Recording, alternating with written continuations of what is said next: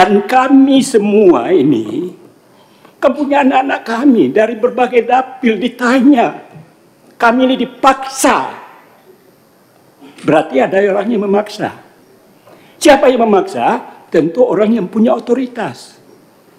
Faktanya, kemarin soal Paskibraka mengatakan Kepala BPIP melarang pakai jilbab. Apa yang terjadi sehingga pada saat pengukuhan itu adik-adik saya yang berjilbab tidak menggunakan jilbab, termasuk perwakilan saya dari Sumatera Barat. Cukup ya? Belum. Enggak. Klarifikasi belum jelas itu gitu. Gimana? Sudah.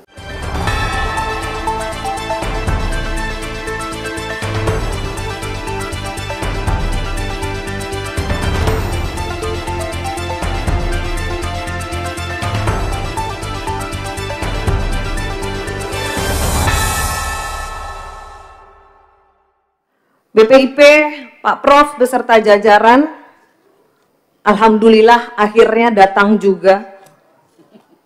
Setelah saya tunggu-tunggu, saya sangat kecewa Bapak tidak datang pada pertemuan rapat atau undangan kami yang lalu. Kami sudah tunggu di sini dan kami tidak tahu alasannya apa karena suratnya mendadak. Sampai di ruangan ini pukul 12.30 lebih kurang. Kalau Bapak melakukan rapat dengan Presiden, kami Komisi 2 sangat apresiasi. Silakan lanjutkan. Tapi yang saya tahu hari itu Presiden tidak ada rapat dengan BPIP. Saya sudah cek. Nah, saya minta penjelasan Bapak terkait hal itu dan beberapa hal. Yang paling utama adalah kita sama-sama tahu Indonesia sangat menunggu jawaban Pak Prof beserta keluarga besar BPIP tentang sesuatu hal yang viral di detik-detik sakralnya kemerdekaan Republik Indonesia. Saya mau tanya Pak, apa yang terjadi sehingga pada saat pengukuhan itu adik-adik saya yang berjilbab tidak menggunakan jilbab, termasuk perwakilan saya dari Sumatera Barat. Sampai keluarga mereka menangis menyampaikan, suruh pulang saja anak saya ke Sumbar, kalau memang harus buka jilbab. Nah, Pak,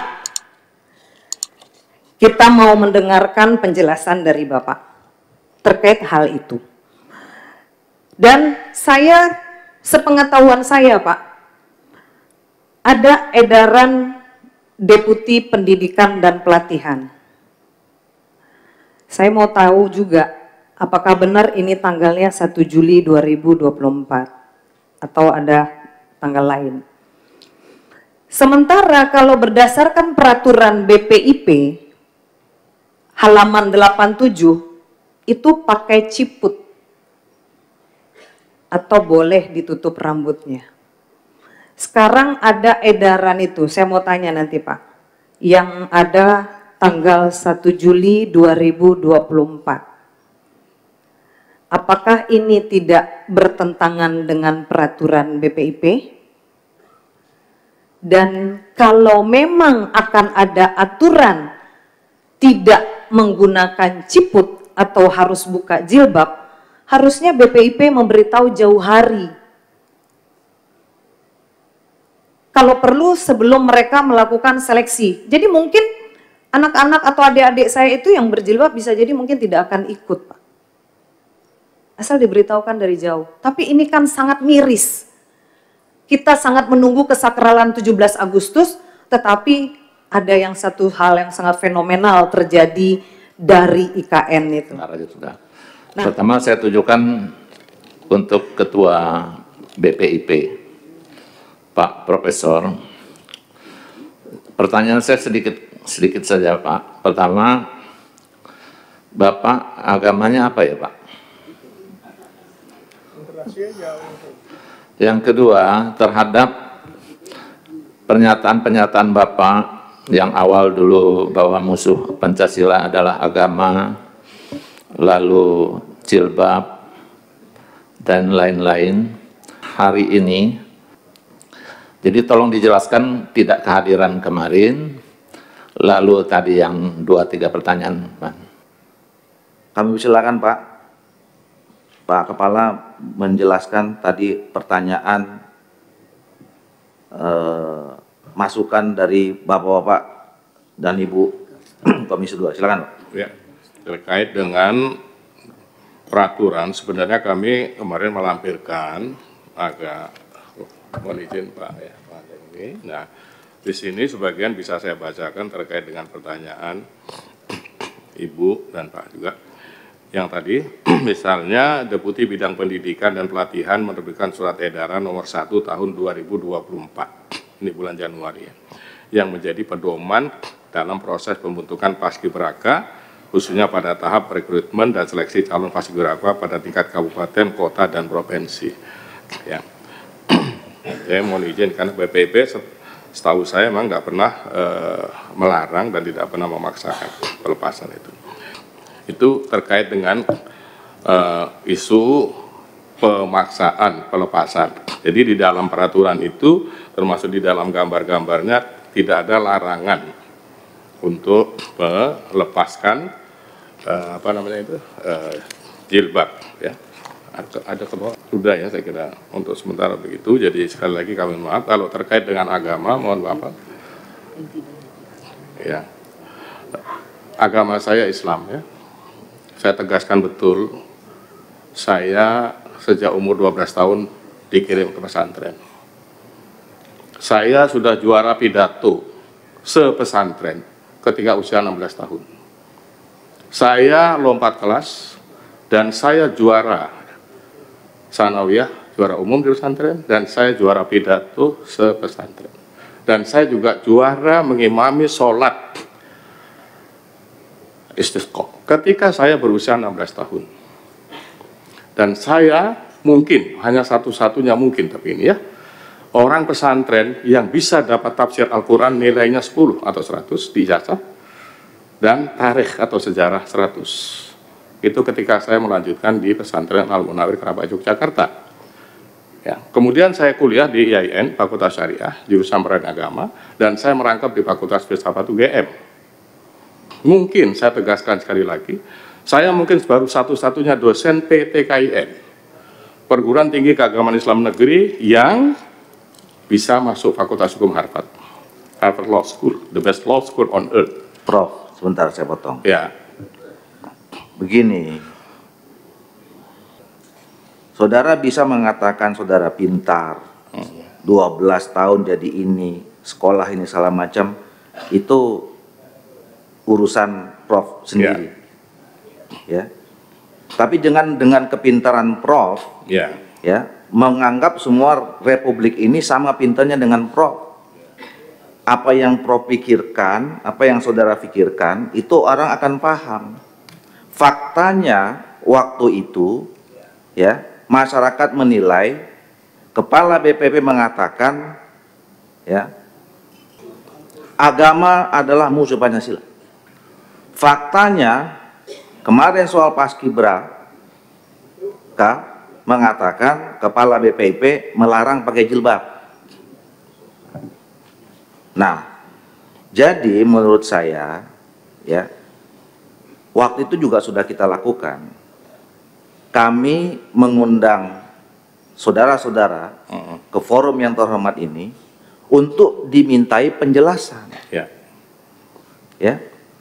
Ya apa? Supaya saudara-saudara bisa pakai fasilitas kita, nyampaikan ke publik. Ya. Maksudnya kayak begini, bahwa itu tidak benar. Ya. Jadi kita bukan mau ngadilin mitra kita di sini, bukan. Nah, mumpung di sini, jangan dibuat jelimet lagi, Pak. Ya. Bapak nggak usah jelasin Bapak sekolah di mana, dulu 12 segala macam gitu, itu tambah pusing rakyat. Ya. Yang Bapak bilang harus bilang, bahwa kemarin itu tidak benar. Ya. Bahwa Pancasila itu dengan agama itu seiring, sejalan. Itu yang harus dijelaskan, dan itu memang tugasnya BPIP, Pak. Membumikan dan mengaruskan Pancasila, bukan merumitkan Pancasila di tengah masyarakat. Nah, jadi kalau tadi kembali, jadi nggak usah melebar kemana-mana. Konteks kita sekarang, tadi bapak-bapak ini tadi nanya, itu soal kemarin yang Paskibraka itu kayak apa? Ya. Nah, tinggal Bapak jelaskan bahwa itu tidak benar,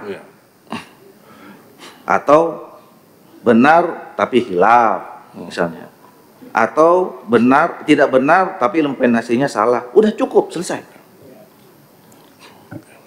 Jadi sebelum bapak-bapak tanya, izin Pak Ketua, masih izin Pak Ketua, sedikit soal BPIP juga Pak Ketua.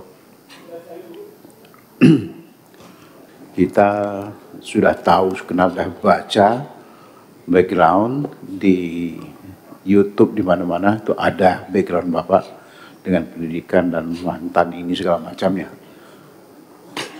Oleh karena itu saya menjadi heran melihat background Bapak yang demikian, tapi ketika Prof menyampaikan program kerja pertama kali 4 tahun yang lalu tentang bagaimana menanamkan gagasan ide Pancasila ini di tengah-tengah 139 juta generasi muda Indonesia, yang Prof sampaikan program ketika itu adalah kita ingin 139 juta pemuda Indonesia ini akan kita berikan penekanan di dunia perfilman.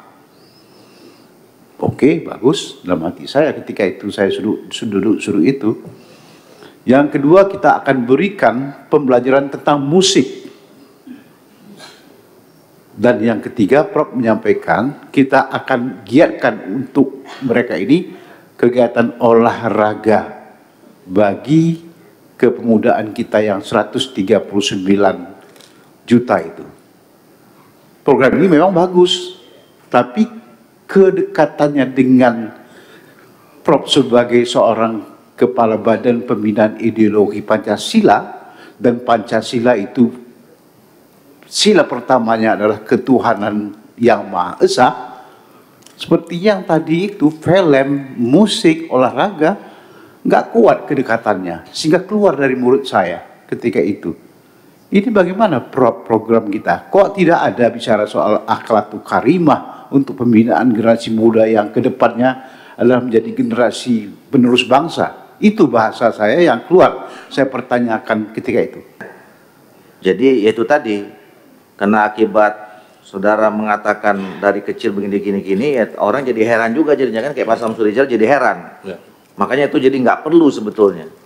Nah, Pak Samsuri Rijal, nanti kalau kita tanya lagi soal apa tadi, nggak ada tema akhlakul karimah segala macam, ini panjang lagi nanti nih urusannya nih, ya.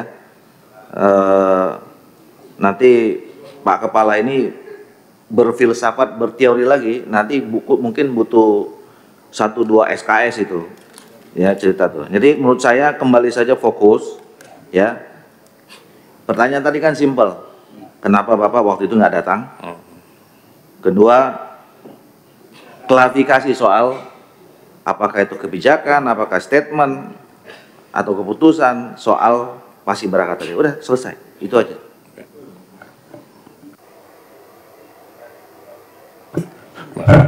Terima kasih sekali Pak Ketua, juga Pak Rizal, juga Pak Adisa.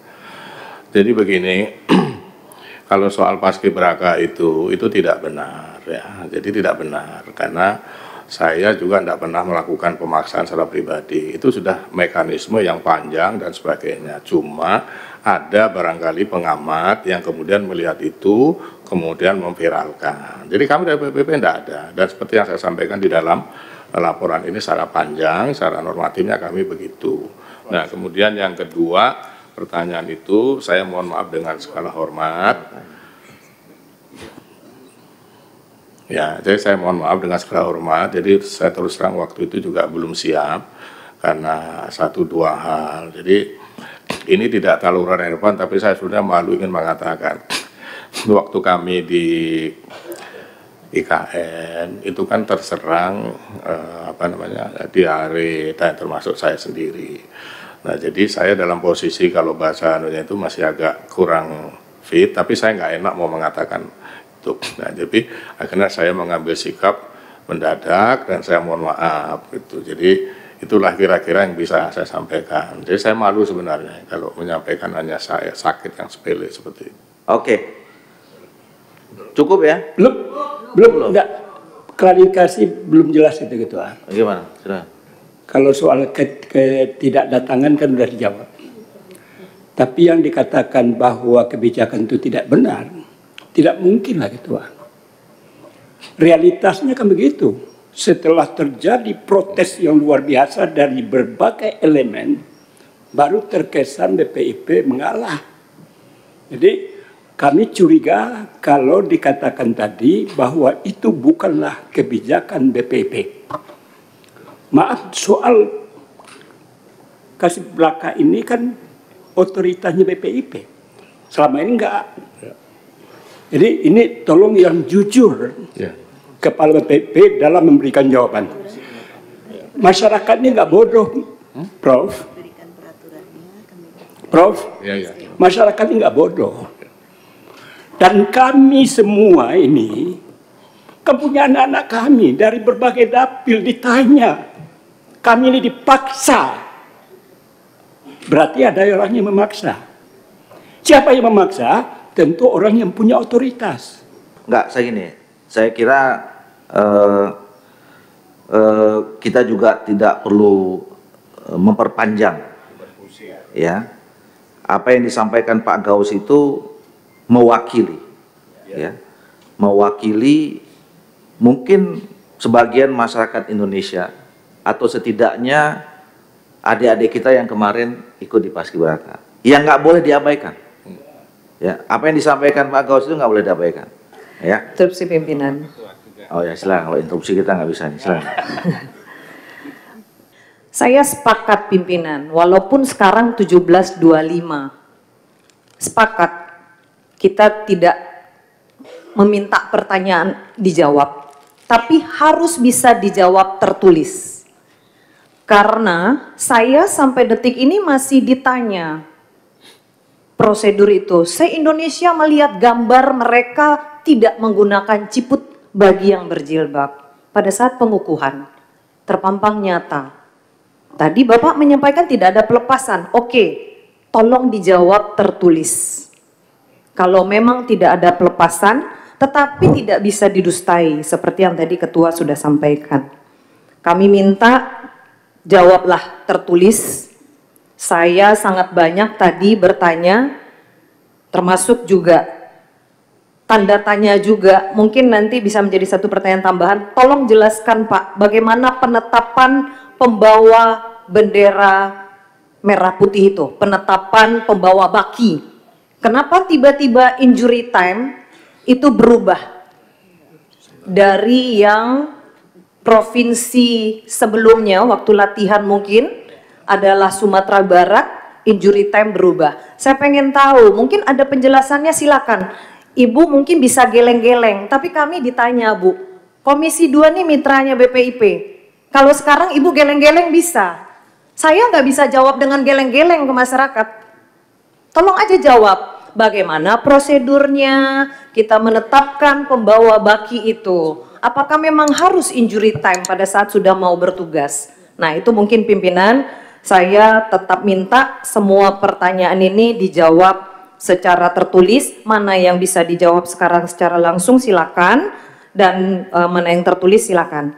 Jangan ambil kebijakan yang tidak bijak. Terima kasih pimpinan.